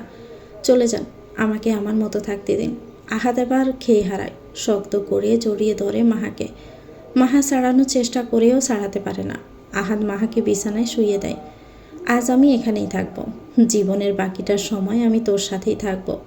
বিয়ে হয়েছে আমাদের, আমার অধিকার আছে, তুই বললেও আমি দূরে যাব না, তোকেও যেতে দিব না। মাহা ছাড়া পাওয়ার জন্য মোচড়ামুচড়ি করতে থাকে। আহাদ তাকে আরও নিজের সাথে মিশিয়ে নেয়। কানের কাছে ফিসফিসিয়ে বলে, এত নড়লে কিন্তু আমি কন্ট্রোললেস হয়ে যাব জান, তখন কিন্তু অনুমতির আর প্রয়োজন হবে না আমার, তাই ঘুমা। মাহা আর কিছুই বলে না। কাল থেকে তো জাহান্নামের জীবন শুরু হবে। আজকে শেষবার না হয় স্বামীর সান্নিধ্যে থাকলো, এটাই অনেক পাওয়া। মাহাকে শান্ত হতে দেখেই হাসে আহাদ। তুই আমার জীবনের অনেক সাধনার মাহা, তোকে ছাড়া মরে যাব। এতটা কাছে আসার পর তোকে ছেড়ে থাকা মানে নিজেকে আগুনে বিসর্জন দেওয়া। আমাকে ছেড়ে দিস না মাহা, প্লিজ, তোকে অনেক ভালো রাখবো আমি। মাহা সবটাই শুনল, কিন্তু পারবে কি এই ভালোবাসা ধরে রাখতে? নাকি আকশা বেগমের কুরুচিকর চিন্তার কাছে সে সবটাই হারিয়ে ফেলবে? কি হবে পরিণতি? সারা রাত যেন শান্তির ঘুম ঘুমিয়েছে মাহা। আহাদের বুকে একরকম লিপটে শুয়েছিল। আর আহাদ, সে তো সারা রাত প্রেয়সীর ঘুমন্ত মুখের দিকে তাকিয়ে রাত কভার করেছে। ফলস্বরূপ দেরিতে ঘুম ভাঙে তার। ঘুম ভেঙে সে নিজেকে মাহার রুমে আবিষ্কার করে। ঘুম না হওয়া দরুন মাথাটা কেমন ঝিমঝিমিয়ে ওঠে। সে আশেপাশে মাহার উপস্থিতি লক্ষ্য করে না, তাই একেবারে ফ্রেশ হয়ে নিচে নামে। ড্রয়িং রুমের পরিবেশ কেমন গুমট বর্ণ ধারণ করে আছে। তবে আকশা বেগমের ঠোঁটের কোণে মিটিমিটি হাসি, তবে সেটা খুব গাঢ় দৃষ্টিতে লক্ষ্য না করলেও কারো ধরায় আসবে না। তিনি মনের সুখে কাজ করে যাচ্ছে। ড্রয়িং রুমের সোফায় আরবাজ চৌধুরী আর আসাদ চৌধুরীকে বিষণ্ণ মুখে বসে থাকতে দেখে আহাদের ব্রু কুঁচকে আসে। সে দৃঢ় পায়ে সোফায় গিয়ে বসে। হেনা বেগম রান্নাঘর থেকে এসে বললেন, এখন কি নাস্তা করবে আহাদ, নাকি দুপুরের খাবার একেবারে খাবে? মাহা কোথায়? এমন প্রশ্নের অন্য উত্তরে হেনা বেগম নিজ স্বামী পানে চান। আকশা বেগম রান্নাঘর থেকে বেরিয়ে এসে বললেন, মাহা তো ইউনিভার্সিটি গেছে, আমার মনে হয় অয়নের সাথে কথা বলবে। ছেলেটা কত ভুল বুঝলো তাকে, সব তো মিটিয়ে নিতে হবে তাই না? নিজের মায়ের এমন বাক্যে আহাদের মেজাজ বিগড়ে যায়। সে সোফা ছেড়ে উঠে বসে। হিসিয়ে বলল, মিটিয়ে নেবে মানেটা কি? তোমরা জানো না ওর বিয়ে হয়ে গেছে? আকশা বেগম নিজেকে শান্ত রেখে জবাব দিলেন, আমরা জানলে কি হবে বাবা, মাহার নিজেই তো এই বিয়ে মানে না। সে আজ সবার সামনে বলে গেছে সে কথা। আহাদের বুকটা যেন ধক করে ওঠে। প্রশ্ন করে নিজেকে, মাহা সত্যি কি এই বিয়েটা মানে না? আহাদ ভাঙা ভাঙা কণ্ঠে বলল, এই কথা কি মাহা বলেছে? হ্যাঁ, শুধু তাই নয়, বলেছে সে তোকে ডিভোর্স দিবে, যদিও সে এই বিয়েটা মানে না। তবে ফর্মালিটি পূরণ করবে আর অয়নকে বিয়ে করবে। আহাদ যেন বাকরুদ্ধ হয়। যাকে হারিয়ে ফেলার ভয়ে সে এত কিছু করলো, এমনকি নিজের ব্যক্তিত্বের বাহিরে গিয়ে জোর করে। না, সে কিছুতেই মাহাকে হারিয়ে যেতে দিবে না, কোনো দিন না। আহাদ পিছু ঘুরে বাহিরে যাওয়ার জন্য উদ্যত হয়, কিন্তু বাদশাহ দেন আরবাজ খান চৌধুরী। কোথায় যাচ্ছ তুমি? মাহার ইউনিভার্সিটিতে। সেখানে গিয়ে তোমার কাজ কি? সেটা আমি বুঝে নিচ্ছি। আমি বুঝে নিচ্ছি বললেই তো আর হবে না। বিয়ের 3 বছর পর এসে তুমি বলবে তোমাদের একটা সময় বিয়ে হয়েছিল, তুমি এই বিয়ে মানো, সেটা তো আর হবে না। তাছাড়া মাহা তোমাকে নয় বরং অয়নকে পছন্দ করে। জোর করে কাউকে আটকে রাখা যায় না, বিশেষ করে জোর করে সংসার তো হয় না। আমার লাইফ আমাকে বুঝতে দাও আপু। তোমার লাইফে আমি হস্তক্ষেপ করছি না, কিন্তু তুমি যদি মাহার সাথে কোনো রকম জোরাজোরি করো সেটা কিন্তু তোমার জন্য ভালো হবে না। এমনিতেও কাল একটা খারাপ ঘটনা ঘটেছে, মাহা কিডন্যাপারের খপ্পরে পড়েছে। তুমি ওকে বাঁচিয়েছো, তাই তোমার কাছে আমরা থ্যাঙ্কফুল। কিন্তু এর থেকে বেশি কোনো সহানুভূতি তুমি আশা করো না, কারণ মাহা এখানে যেটা বলবে সেটাই হবে। মাহা যদি আমাকে চুজ করে, দেবে তো তাকে আমার হাতে তুলে? নির্দ্বিধায় দিব, তবে সেটা যদি সে মন থেকে চায় তবেই। কারণ ইতিমধ্যে তার মনের খবর জেনে গিয়েছি আমরা। তার চাপ সৃষ্টি করে কোনো কিছু হাসিল করতে চাইলে কিন্তু সেটা আমরা মেনে নেব না। আহাত যেন খেই হারাচ্ছে, তবে সে তো হাল ছাড়বে না। ছোট আব্বু, ছোট মা, তোমরা কি চাইছ? কালকেই তো সবাই কত খুশি ছিলে, তাহলে আজ কেন এমন দৃঢ় আচরণ করছো? আহাদের কথায় হেনা বেগম একটু নড়ে চড়ে দাঁড়ালেন। আশাদ চৌধুরী সোফা ছেড়ে উঠে দাঁড়ালেন, বাইপুর সামনে গিয়ে বললেন, বাড়ির মেয়ে বাড়িতে থাকবে, এর থেকে বড় সৌভাগ্য আর কী হতে পারে? তাহলে এমনটা কেন করছো?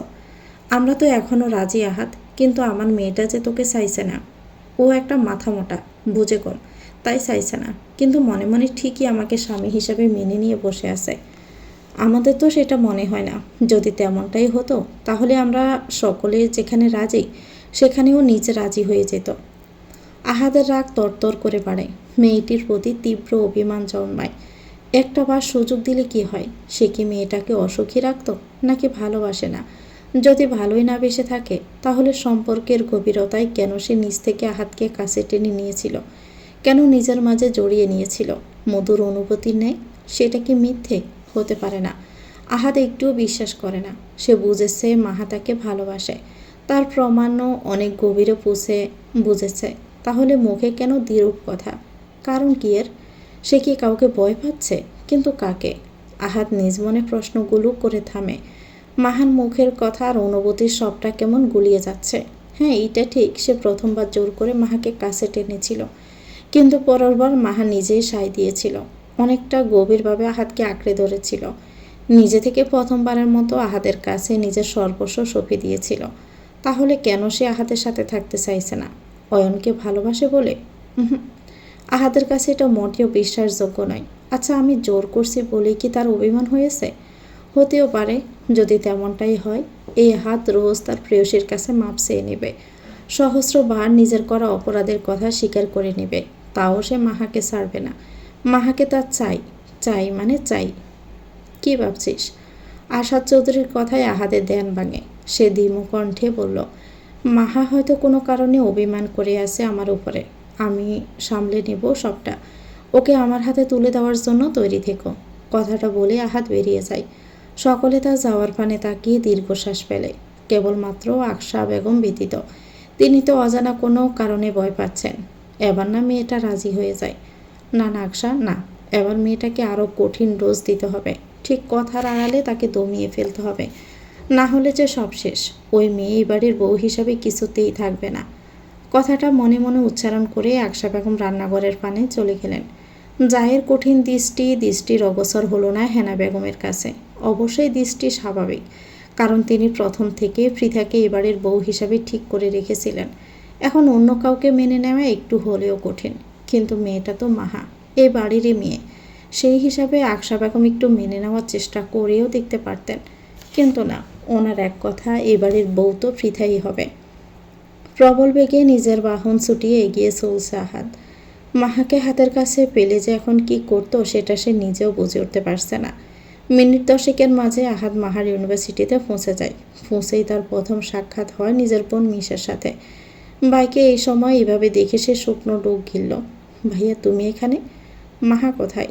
আহাদের কেমন শান্ত কণ্ঠস্বর। মিশা ভয়ে জমে যায়, তবুও ধিমি কণ্ঠে আওড়ালো, অয়ন ভাইয়ার কেবিনে। হোয়াট? উচ্চস্বরে কথাটা বলে ওঠে আহাদ। রাগে শরীরের রগ ফুলে ফেঁপে ওঠে।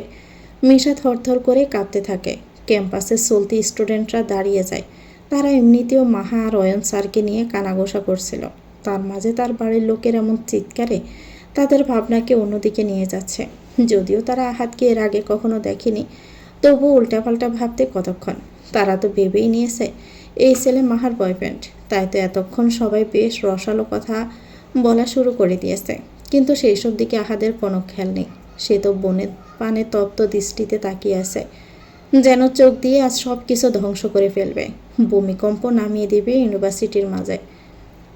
কেবিনটা কোন দিকে? মিশা শুধু কাঁপা কাঁপা হাতে দোতলার দিকে আঙুল নিক্ষেপ করে। আহাদ সেদিকে ছুটে যায়। মিশার সঙ্গে সঙ্গে কল লাগায় মাহার নাম্বারে, কিন্তু মাহার ফোন অফ। রেগে মেগে চশূষক আওয়াজ করে মিশা। আজ না জানি কি হবে।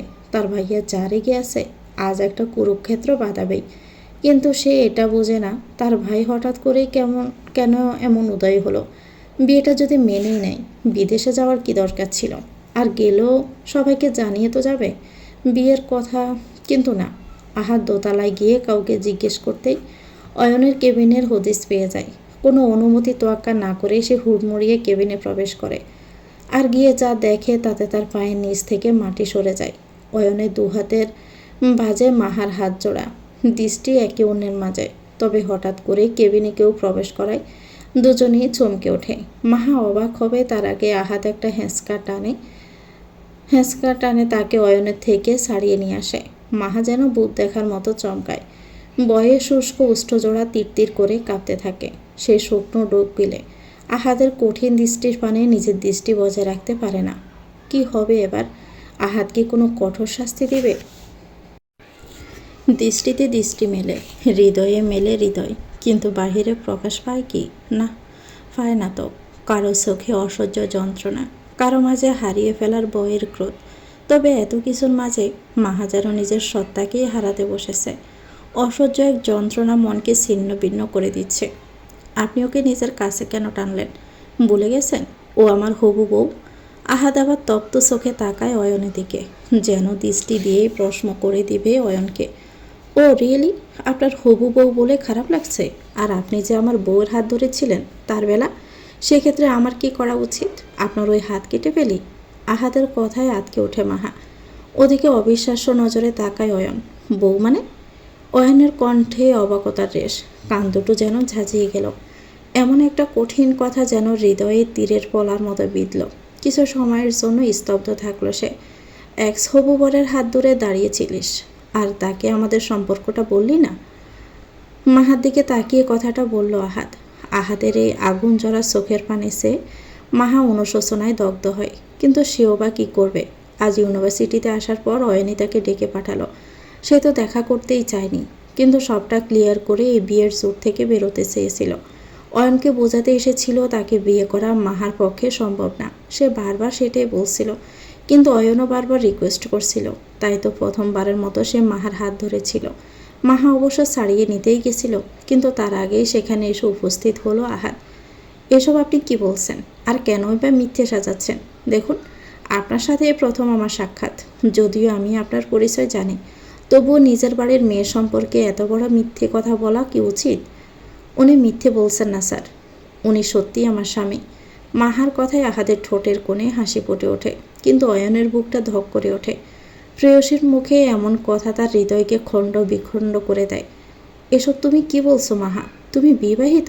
তাহলে আমার সাথে পারিবারিক চাপে মাহা বিয়ে করতে রাজি হয়েছিল, কিন্তু এখনও স্বামী এসে গেছে, তাই আপনাকে বিয়ে করার কোনো কারণই দেখছি না। আহাদ কথাগুলো বলেই থামে। মাহা মাথা নিচু করে রেখেছে, হাত এখনও আহাদের হাতের বাজে। অয়ন সেদিকে তাকিয়ে ভাঙা ভাঙা কণ্ঠে বলে ওঠে, আমার অনুভূতি নিয়ে না খেললেও পারতে মাহা। আমি তোমাকে সত্যিই ভালোবাসি। তুমি আমার সাথে। বাকিটার অয়ন বলতে পারে না। তার চোখ কেমন সিক্ত হয়ে আসে। মেয়েটিকে সে সত্যি খুব ভালোবাসে, কিন্তু তার এই বেইমানি সে মানতে পারছে না। মাহা ওইদিকে অনুশোচনায় ভোগে। তার আসলে নিজের দোষটা কোথায় সে নিজেও বুঝে উঠতে পারে না। কিন্তু আহাদের সাথে সম্পর্ক এতটা গভীরে যাওয়ার পর সে অন্য কাউকে বিয়ে করার স্বপ্নও দেখতে পারে না। আবার আকশা বেগমের জন্য আহাদকে ধরেও রাখতে পারবে না। ভদ্রমহিলা সকালেও মাহাকে শাসিয়েছে, সে কথা ভেবে মাহা কেঁপে ওঠে। সকালবেলা মাহা সবে ফ্রেশ হয়ে নিজের রুম থেকে বেরিয়েছিল, তখনই আকশা বেগম তাকে টানতে টানতে আহাদের রুমে নিয়ে যায়। আমার আহাদ কোথায়? মাহা মাথা নিচু করে ফেলে, মুখ দিয়ে উচ্চারণও করতে পারে না যে আহাদ তার রুমে আছে। বল কোথায়? আকশা বেগমের চিৎকারে মাহা কেঁপে ওঠে, ভাঙা ভাঙা কণ্ঠে বলে, আমার রুমে। ব্যাস, কথাটা বলার সঙ্গে সঙ্গে ঠাস করে একটা চড় এসে পড়ে মাহার গালে। আকশা বেগম মাহার চুলের মুঠি মুষ্টিবদ্ধ করে বলেন, আমার ছেলেকে নিজের রূপ দিয়ে বশ করতে চাইছিস? জেনে দেখেছিস সে বউ হিসাবে তোকে মেনে নিচ্ছে, সেই তার পিছে পড়ে গেছিস? মাহা ব্যথায় কুকিয়ে ওঠে, মুখ দিয়ে আহমূলক শব্দ ছেড়ে বলে, আমি এমন কিছু করিনি বড় মা। চুপ, একদম চুপ। কে তোর বড় মা? আমি তোর কেউ না। যে আমার পিঠে ছুরি মারে আমি তার কেউ হতেই পারি না। আমার ছেলে আমাকে অনেক ভালোবাসে বড়। তোমার ছেলে আমাকে ভালোবাসে বড় মা, আমাকে ছাড়া সে মরে যাবে। পুরুষ মানুষ অমন কথা বলেই, তারা সুন্দরী মেয়ে দেখলেই ভালোবাসতে চাইবে। আমার ভাইয়ের মেয়েকে ভালো করে দেখলেও ও প্রেমে পড়ে যাবে। এসে পর্যন্ত তো তাকালো না, তবে কাল সে আসবে। আমাকে একটাবার মেনে নাও না বড় মা, আমি অনেক ভালো বৌমা হয়ে দেখাবো। বলে আবারও কুকিয়ে ওঠে মাহা। আকশা বেগম আবার জোরে জোরে টেনে ধরেছে তার চুল। মাহা এবার ডুকরে কেঁদে ওঠে। তাকে এভাবে কাঁদতে দেখে মাহা চুল ছেড়ে দেন আকশা বেগম। শোন মাহা, তোরা রাহাদের মধ্যে কি হয়েছে আমি জানি না, তবে আমি এই বিয়ে মানি না। তুই অয়নকে বিয়ে করে এই বাড়ি থেকে বিদায় হবি, নইলে মরবি। আমি কি মেয়ে হিসাবে খারাপ বড় মা? ইমোশনাল কথা বলে আমাকে রাজি করাতে পারবি না মাহা। তুই আহাদের জীবন থেকে সরে যা, না হলে তোর আব্বু আর মায়ের মধ্যে আমি সম্পর্কের এমন পেঁচ লাগাবো যা কিন্তু ডিভোর্স পর্যন্ত এগোবে, মনে রাখিস। বড় মা, তুই বুদ্ধিমতী মেয়ে, আশা করি তোকে আর বোঝাতে হবে না। কথাটা বলেই আকশা বেগম চলে যান। মাহা হতভম্বের ন্যায় সেদিকে তাকিয়ে রয়েছে, চোখ ফেটে অবাধে গড়িয়ে পড়ে অশ্রুকণা। তবে সে ঠিক করে নেয় অয়নকে সে বিয়ে করবে না, এই জীবনে কাউকেই সে আর আসতে দিবে না। আর রইল আহাদ, তার থেকে সে অনেক দূরে চলে যাবে, অনেক দূরে। আহাদ মার হাত টেনে বাহিরে নিয়ে যায়, তখনই মাহার ধ্যান ভাঙে, বেরিয়ে আসে অতীত ছেড়ে। ওই অয়নের হাত ধরে দাঁড়িয়েছিলিস তাই না? আমাকে ডিভোর্স দিবি তাই তো? ওই অয়নকে বিয়ে করবি? চল, তোকে বিয়ে করাচ্ছি, জনমের মতো বিয়ে করিয়ে দেবো আজ। মাহা ভয় পায়, আহাদের রক্তিম চোখের দিকে তাকাতেও বলেও তাকাতে পারে না। ওদিকে আহাদ টানতে টানতে গাড়ি পর্যন্ত নিয়ে আসে মাহাকে। ক্যাম্পাসের সবাই তাদের দুজনের দিকে কেমন দৃষ্টিতে তাকিয়ে থাকে। মিশা বয়ে ভাইকে আটকাতেও আসতেও পারে না, তবে মনে মনে মাহার জন্য দোয়া করে। আহাদ তার বাহন ছুটিয়ে নিয়ে যায় শহরের বাহিরে। ঘন্টা দুয়েক সময় নিয়ে বেশ জোরে ড্রাইভ করে গাড়ি থামায় নির্জন এক জায়গায়। আহাদ এক ঝটকায় নিজের কোলের উপর মাহাকে বসায়, মিলিয়ে দেয় মাহার উষ্ঠে নিজের উষ্ঠদয়। রাগের বহিঃপ্রকাশ ঘটাতে থাকে ঠোঁট চড়া ক্ষত বিক্ষত করে। মাহাও সবটা সহ্য করে নেয়, ভেবে নেয় এটাই তার প্রাপ্য। আহাদ বেশ অনেকটা সময় পরেই মাহাকে ছাড়ে। মাহার ঠোঁট কেটে রক্ত ঝরছে, তবুও মাহা আজ নির্লিপ্ত। তার এই নির্লিপ্ততা আহাদকে যেন আরও রাগিয়ে দিল। ওই ছেলের হাত ধরেছিলিস, শাস্তি দেই আজকে, তৃতীয়বারের মতো বাসর এখানেই সেরে ফেলি, এটাই চাস? আহাদের কথায় নিব নিব নয়নে তাকায় মাহা। সে আবার ডুকরে কেঁদে ওঠে, আহাদকে শক্ত করে জড়িয়ে ধরে। ভুলে যায় নিজের বড় মায়ের কথা, বলে যায় দিন দুনিয়া, শুধু স্বামীর বুকের মাঝে নিজেকে সঁপে দেয়। শান্তি দেয় মনের, মনের সমস্ত কষ্টগুলোকে অশ্রু হিসাবে বিসর্জন দিয়ে দেয় আহাদের বুকের মাঝে। আহাদও আগলে নেয় নিজের প্রিয়তমাকে, চুলের মাঝে অসংখ্য ছোট ছোট চুমু এঁকে দিতে থাকে। ধরণীতে সন্ধ্যা নেমেছে ইতিমধ্যেই। এখনও শহরের বাহিরে গাড়ির মধ্যে আবদ্ধ আহাদ আর মাহা। মাহা আহাদের কোলের উপরে বসে ঘুমিয়ে পড়েছে। আহাদ প্রেয়সীর ঘুমন্ত মুখ পানে চেয়ে আছে অপলক। মাঝে মাঝে মাথার চুলের ভাঁজে বিলি কেটে দিচ্ছে। অজানা ভয়ে মাঝে মাঝে আষ্টে পিষ্টে জড়িয়ে ধরেছে নিজের মাঝে। সময় কতক্ষণ পেরিয়েছে সেই হিসাব নেই আহাদের, তবে বাড়ি থেকে বেশ অনেকবারই কল এসেছে। সবচেয়ে বেশি কল এসেছে আকশা বেগমের ফোন থেকে। নিজের মায়ের এমন নতুন রূপ আহাদ বোঝে না। আরবাজ চৌধুরী অনেকবার কল আসায় বেশ বিরক্ত নিয়ে ফোন রিসিভ করে আহাদ, তবে নিজে কিছু বলতে যাবে তার আগে অপর পাশ থেকে আরবাজ চৌধুরী বলে ওঠেন, কি হচ্ছেটা কি আহাদ? মেয়েটাকে জোর করে কেন নিয়ে গেছো তুমি? তুমি জানো অয়নার মা আজ কল করে আমাদের কত কথা শুনিয়েছেন। তো আমি কি করব? আহাদের এই হেয়ালিমূলক কথায় তেতে উঠলেন আরবাজ চৌধুরী। দাঁতে দাঁত চেপে বললেন, আমার মেয়ে কোথায়? আছে সেফলি, কোনো পজিশনে আছে। তুমি আমার আব্বু, তোমাকে কি এসব বলা যায়? ছেলের এমন লাগামহীন কথায় আরবাজ চৌধুরী লজ্জায় পারলে মাটি করে সেখানেই ঢুকে যান। ওনার ছেলে যেমন লাগামহীন কথাও বলতে পারে সেটা তিনি ভাবতেও পারেননি। এসব কী ধরনের কথা? অসভ্যতামি করছো আমার সাথে? আহ, তোমার সাথে ওসব কেন করব? করব তো তোমার পুরোটার বলে না আহাত। ওখানে থেমে যায়, ভাবে বড্ড বাড়াবাড়ি হয়ে যাচ্ছে। আহাত, এবার কিন্তু তুমি বাড়াবাড়ি করছো। মেয়েটা তোমাকে ভালোবাসে না, সে নিজেই এই বিয়ে থেকে বেরিয়ে আসতে চাইছে। তাহলে তুমি কেন ওকে জোর করছো? ওর জীবন থেকে সরে যাও, মেয়েটাকে বাঁচতে দাও। রাগে আহাদের সোয়াল শক্ত হয়ে আসে, তবুও সে নিজেকে দমিয়ে নেয়। এমন পরিস্থিতিতে সে মোটেও মাথা গরম করবে না। আই লাভ হার আব্বু, ওকে আমি ছাড়তে পারবো না। ট্রাস্ট মি, ওই অয়নের থেকেও ওকে আমি ভালো রাখবো।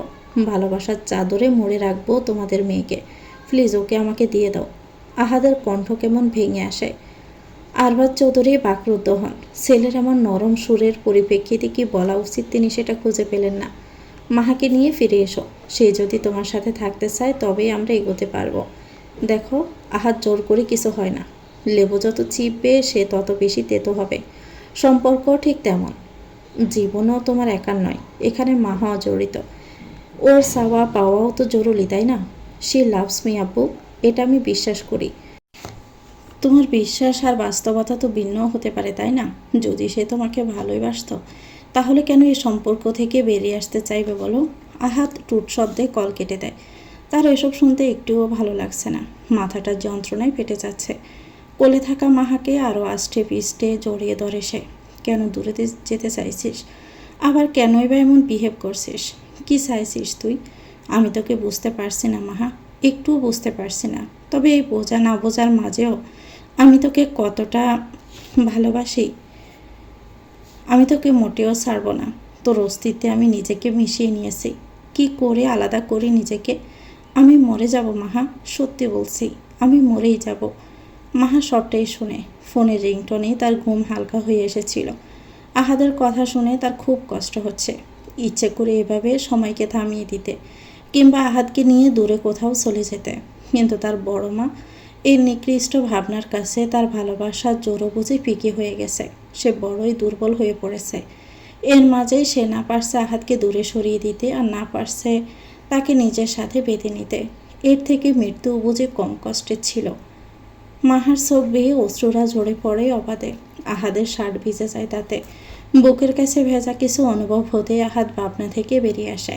চমকে উঠে কিছুটা। ব্যথিত নয়ন জোড়া দিয়ে মাহার মুখটা নিজের হাতের আঁচলায় নিয়ে আসে। বলল, কাঁদছিস কেন? কি হয়েছে আমাকে বলবি না? আপনি আমাকে ভালোবাসেন নিজে থেকেও বেশি। তাহলে একটা অনুরোধ রাখবেন? তোর সব অনুরোধ রাখবো, শুধু তোর থেকে দূরে যাওয়ার বাদ দিয়ে। মাহা চুপ হয়ে যায়। সে তো দূরেই যেতে চায়। চুপ কেন? দূরে চলে যেতে চাস তাই না? আহাদ তাচ্ছিল্যের স্বরে কথাটা বলল। মাহা মাথা নামিয়ে নেয়।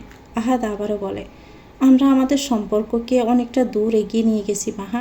সেখান থেকে কি পিছিয়ে আসা সম্ভব? তুই পারবি আমার জায়গায় অন্য কাউকে দিতে? মানছি আমি তোকে জোর করেছি, কিন্তু আমি তোকে নিজের কাছে রাখতে এটা করতে বাধ্য হয়েছি মাহা। আমি তোকে ভালোবাসি মাহা। শুধুমাত্র তোর বিয়ের খবর শুনে আমি কিভাবে ছুটে এসেছি তোকে আমি বোঝাতে পারবো না। আমার বিশাল মেয়াদ শেষ হয়নি তখনও। কিভাবে যে এসেছি সেটা আমি আর আমার আল্লাহ জানেন মাহা। মাহা আমাদের সব কথা মন দিয়ে শোনে। মনের মাঝে ভালো লাগার ডানা মেলে উঠতে থাকে। অবাধ্য ভালোবাসা আবারও মাথা ছাড়া দেয়। কিন্তু পথের কাটাও যে ভালোবাসার রাস্তায় বাধা সৃষ্টি করে।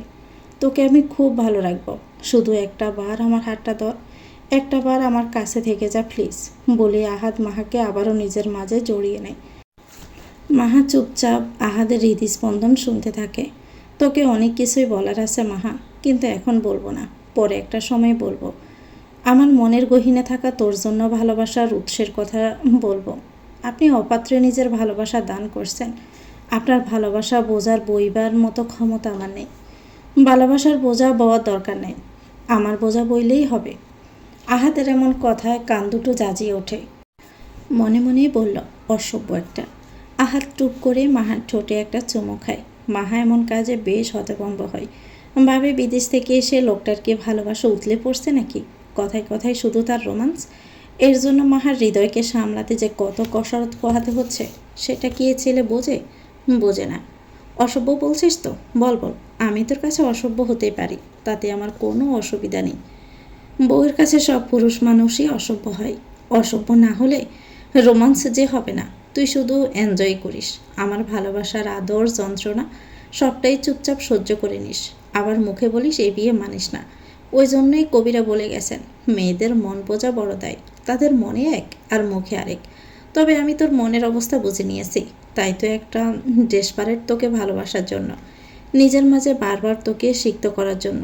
কিন্তু তুই সব বুঝেও কেন নাটক করিস, মির্জাফরের মতো ব্যবহার করিস আমার সাথে? ঠিক আছে, কোনো ব্যাপার না, শুধু আমাকে মেরে না ফেললেই হলো। যতদিন আমি বেঁচে আছি তোকে ভালোবাসতে ছাড়ছি না। এত শোক আমার, কিন্তু ভাগ্য যে অন্য কিছু লিখে রেখেছে। কি আবার বিড়বিড় করছিস? সত্যি কথা বললাম তো। জানি না। আহাদ আরও একটু নিজের কাছে টেনে নেয় মাহাকে, একটাবার নিজের থেকে কাছে টেনে নে। ভালোবাসায় ভরিয়ে রাখবো আমি। আহাদ মাহাকে নিয়ে যখন বাড়িতে ফেরে তখন রাত 8টা। অন্দরমহলে প্রবেশ মাত্রই আহাদের পা থমকে যায়, চমকে তাকায় সামনে। মাহার অবস্থাও তাই। আহাদ ও মাহা একে অপরের মুখোপানে তাকিয়ে আবারও সামনে তাকায়। আকশা বেগম রক্তিম বর্ণ ধারণ করা মুখশ্রী নিয়ে এগিয়ে আসেন তাদের দিকে। আকশা বেগমকে দেখে শুকনো ডোক গিলে মাহা, তবে আকশা বেগম মাহাকে অবাক করে দিয়ে তার দিকে ফিরে মিষ্টি একটা হাসি উপহার দেয়। এই হাসির মাঝে রহস্য কিছুটা হলেও বুঝতে পারে মাহা। আকশা বেগম মাহার হাত ধরে সোফায় বসা অয়নদের কাছে নিয়ে যায়। ওদিকে ছোট মায়ের পাশে বয়ে জুবুথুবু হয়ে দাঁড়িয়ে আছে মিশা। তার নজর একবার আহাদের দিকে, একবার মাহা, একবার অয়নের দিকে। এতে তিনজনের মতিগতি বোঝা দেয়। এই নিন, আমাদের মেয়ে এসে গেছে। অয়নের মা মুখটা যেন ঝামটা দিতে গিয়েও দিলেন না। ছেলের পানে তাকিয়ে দমে গেলেন কিছুটা। অয়ন চোখ দিয়ে ইশারায় জেবা বেগমকে কিছু বোঝায়। জেবা বেগম বিরক্ত হন তাতে। একে তো উনি এখানে আসতে চাননি, ছেলে জোর করাতে বাধ্য হয়েছেন। না হলে কে একজন বিবাহিত মেয়ের সাথে ছেলের বিয়ে দিতে চাইবেন? তাও আবার সেই মেয়ের এখনও ডিভোর্স হয়নি। তিনি ভেবে পান না কি দড়িবাজি মেয়ে এটা। বিয়ের মতো এত বড় একটা ঘটনা চেপে গেল। না জানি বাহিরে কী সব আকাম কুকাম করে বেরিয়েছে। এ মেয়ের সাথে বিয়ে দিলে ভরা আত্মীয় সমাজে ওনার নাক কাটা যাবে। কিন্তু সেটা ওনার ছেলে বুঝলে তো। জাভা বেগম যতটা সম্ভব নিজেকে স্বাভাবিক রাখার চেষ্টা করলেন, তবে ওনার স্বামী নিজেকে শান্ত রাখতে পারলেন না। সকলের সামনে বলে উঠলেন, দেখুন, আমরা এখানে নাটক করতে আসিনি। এমনিতে আপনাদের মেয়ের জন্য অনেক নাক কাটা গেছে আমাদের, তো দ্বিতীয়বার নাক কাটতে আবার আসলেন কেন? আপনাদের নিশ্চয়ই দাওয়া দিয়ে ডেকে নিয়ে আসা হয়নি। আহাদের এমন গম্ভীর অপমানমূলক কথায় ইব্রাহিম সাহেবের চোখ যেন চলকে ওঠে। তিনি নিজের বাক্য আর পূরণ করলেন না, হিসিয়ে বলে উঠলেন, মিস্টার চৌধুরী, নিজের ছেলের মুখে নাগাম টানতে বলুন। আমরা এখানে নাটক করতে আসিনি। একে তো সে আর এই মেয়ে মিলে অন্যায় করেছে, আবার বড় বড় কথা কেন বলে? কোন মুখে? অন্যায় করিনি, বিয়ে করেছি। বিয়ে করা বুঝি অন্যায় কাজ? আমি তো এতদিন জেনে এসেছি বিয়ে একটা হালাল কাজ। অন্যায় কাজ কবে থেকে হলো? মাহা দাঁড়িয়ে দাঁড়িয়ে হাত কসলাচ্ছে। অয়নের নিজের পরিবার নিয়ে এখানে আগমনের কারণটা সে বোঝে, তাই তো বুকটা কষ্টে ফেটে যাচ্ছে। সে তো ভেবেছিল আহাদের থেকে দূরে থাকতে হলেও অয়নকে হয়তো বিয়ে করতে হবে না, কিন্তু তার ভাবনা সম্পূর্ণ ভুল। এবার হয়তো তার হাতের বাহিরেই চলে যাবে সবটা। আহাদকে সত্যি তার মনের ভয় কেড়ে নিবে তার কাছ থেকে। অয়নের নজর মাহার পানে সীমাবদ্ধ। মাহা কোনো কারণে ভয় পাচ্ছে, কিন্তু সে ভয়ের কারণটা অয়ন বুঝতে পারছে না। তবে এটা বেশ ভালো করে বুঝেছে আহাদ মাহাকে জোর করে নিজের কাছে রাখতে চাইছে। মাহা কখনোই সম্পর্ক মানে না। মানলে কি আর তাকে বিয়ে করতে রাজি হতো? কখনোই হতো না। আহাদ, হচ্ছেটা কি?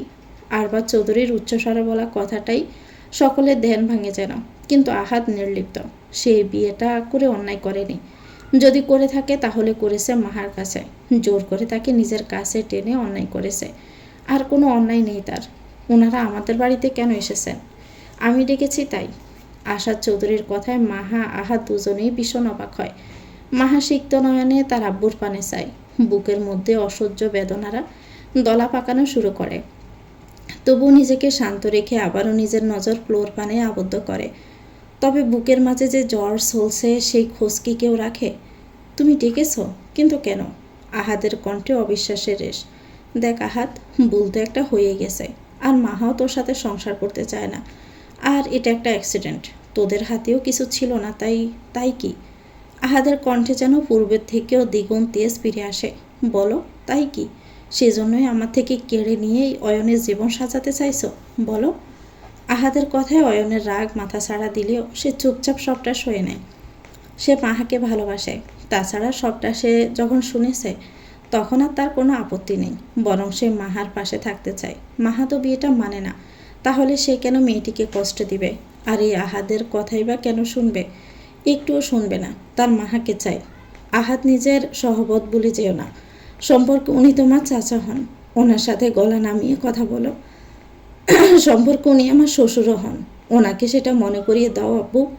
এদের বাপ চাচা ছেলের কথোপকথনে বেশ বিরক্ত বোধ করেন জেবা বেগম আর ইব্রাহিম সাহেব। জেবা বেগম এবার চুপ থাকতে পারলেন না। দেখুন, আপনাদের পারিবারিক ঝামেলা আপনারা পরে মেটাবেন, এখন আমরা যে জন্য এসেছি সেটা মেটালে আমরা সুস্থির বোধ করতাম। আপনাদের কথা যদি মাহাকে নিয়ে হয় তাহলে বলবো আপনারা আসতে পারেন। মাহা আমার ওয়াইফ, ওকে আমি ছাড়ছি না। সেটা মাহাকে ডিসাইড করতে দিন মিস্টার আহাদ চৌধুরী। আপনি একতরফা সবটা বলে গেলেই তো আর হবে না। অয়নের কথায় দাঁত কিড়মিড় করে তাকায় আহাদ। এই অয়নকে পিটিয়ে বাড়ি থেকে বের করে দিতে মন চাইছে, কিন্তু আপাতত সে সেটা করবে না, তাই নিজেকে শান্ত রাখে। তবে এরা যদি পরিস্থিতি ঘেটে যায়, আহাদ কাউকে ছেড়ে কথা বলবে না, কাউকেই না। মাহা, তুই কী চাস? আহাদের ঠান্ডা গম্ভীর কণ্ঠস্বর। মাহা এতক্ষণে ফ্লো থেকে মাথা তুলে আহাদের দিকে তাকালো, কিন্তু আহাদের পিছনে থাকা আকশা বেগমের রহস্যময়ী বাঁকা হাসি যেন তার সমস্ত সাহসকে কেড়ে নেয়। পাশে দাঁড়ানো হেনা বেগম আর আসাদ চৌধুরীর পানে তাকায় সে। দুজনকে একসাথে কতই না সুন্দর লাগছে। এখন যদি তাদের বিচ্ছেদ হয়, না না, মাহা এটা হতেই দেবে না। নিজের জীবন সাজাতে সে তার মা আর আব্বুকে কঠিন পরীক্ষার মাঝে ফেলবে না, কখনোই না। আমি কিছু জিজ্ঞেস করেছি মাহা? পুনরায় আহাদের কণ্ঠস্বরে মাহার ধ্যান ভাঙে। সে আহাদের পানে তাকিয়ে বলল, আমি আপনার সাথে থাকতে চাই না। I want divorce and leave me. Maha, Ahad আবার চেঁচিয়ে ওঠে। মেয়েটাকে এত বোঝালো সে, এত কথা বলল, তাও এই মেয়ে কেন বোঝে না? আহাদ, আমার মেয়ের উপর চিৎকার করবি না, সে তো চাইছে না তোর সাথে থাকতে। আহাদ দৃঢ় পায়ে মাহার নিকটে যায়, মাহার সামনে হাঁটু মুড়ে বসে পড়ে, আঁকড়ে ধরে মাহার দুহাত। আহাদের এমন কাজে উপস্থিত সবাই ভীষণ অবাক হয়। মাহার চোখ বেয়ে অশ্রুরা ঝরে পড়ে, তবুও সে নিজেকে সামলে নেয়। আজ তার পরীক্ষা, কঠোর পরীক্ষা, তাকে সব সামলাতে হবে। আমি জানি তুই আমার উপর রেগে আছিস, আমি কাজই করেছি এমন, বাট ট্রাস্ট মি মাহা, আমি তোকে ভীষণ ভালোবাসি। এমনটা কেন করছিস? একটা বার আমাকে সুযোগ দে প্লিজ মাহা। কথাটা বলে আহাদ মাহার কোমরে আঁকড়ে জড়িয়ে ধরে। মাহা শব্দ করে কেঁদে দেয়। ভালোবাসার মানুষকে এমন করে পোড়াতে তার একটু ইচ্ছে করে না, বুকের মাঝে অসহ্য জ্বলনের সৃষ্টি হয়। আহাদের এমন কাজে অয়ন এবার রেগে হুড়মুড়িয়ে উঠে বসে, জোরপূর্বক আহাদকে ছাড়িয়ে নিয়ে যেতে চায়, কিন্তু আটকে দেয় ইব্রাহিম সাহেব। ছি ছি ছি, বাড়িভর্তি লোকের সামনে এসব কী নোংরামো হচ্ছে শুনি? ভাইজান, আপনাদের বাড়ির ছেলে মেয়েদের বুঝি আপনারা সহবতটুকু শেখাননি? এসব কি? ছোট বড় কাউকেই মানে না, না জানি আড়ালে কী সব করে বেরিয়েছে। দেখুন, আপনার মেয়ে ছেলের সাথে রাতও কাটিয়ে এসেছে। সি। মা, চুপ করো প্লিজ। আঙ্কেল, আপনি আহাদকে ধরুন, ওনার কাজ আমার মোটেও ভালো লাগছে না। মাহার সাথে আমার বিয়ে হবে, তাহলে সে কেন এসব করবে, তাও সবার সামনে দাঁড়িয়ে? অয়নের কথায় আরবাজ চৌধুরী চুপ হয়ে যান, ছেলের পানে ব্যথিত নয়নে চান। তবে তিনি কিছু বলার আগে মাহা বলে ওঠে, আমাকে ছেড়ে দিন, আপনার ছোঁয়া আমার অসহ্য লাগছে। কথাটা যেন কেমন ব্যথাতুর ঠেকে আহাদের কাছে। ভাবে, তার ছোঁয়া মেয়েটার কাছে অসহ্য লাগে? তাহলে কি সত্যি মাহা তাকে ভালোবাসে না? সবটাই কি তাহলে তার মনের ভুল? সে মাহাকে ছেড়ে দাঁড়ায়, কণ্ঠে রাগ টেনে বলে, তুই তাহলে আমার সাথে থাকবি না, তাই তো? মাহার সহজ সরল স্বীকারোক্তি, না। বেশ, তোর নতুন জীবনে তোকে মোবারক। কথাটা বলে আহাদ আর এক মুহূর্ত সেখানে দাঁড়ালো না, বেরিয়ে পড়ে। পিছন থেকে আরবাজ চৌধুরী আকশা বেগম কতবার করে তাকে ডাকেন, কিন্তু সে শোনে না। আহাদের যাওয়ার পানে তাকিয়ে মাহা আর্তনাদ করে ওঠে, আমাকে মাফ করে দেবেন আহাদ ভাই, আপনাকে নিজের করে রাখার সাহসিকতা আমি জোগাতে পারলাম না। আমি দুর্বল হতে চাইনি, কিন্তু আপনার মায়ের কঠোরতার কাছে আমি বড্ড নিরুপায়। তো ভিউয়ার্স, গল্পটির নাম হচ্ছে প্রেম প্রেম পাগলামি, লিখেছেন রেবেকা খাতুন। এটা গল্পের প্রথম অংশ, আগামী পর্বে শেষ করে দেওয়া হবে। পরবর্তী অংশ পেতে চ্যানেলটিকে সাবস্ক্রাইব করে আমাদের সাথে থাকবেন। ভিডিও ভালো লাগলে একটি লাইক দিয়ে দিবেন, কমেন্ট করে জানাবেন কেমন লেগেছে। আল্লাহ হাফেজ, আসসালামু আলাইকুম।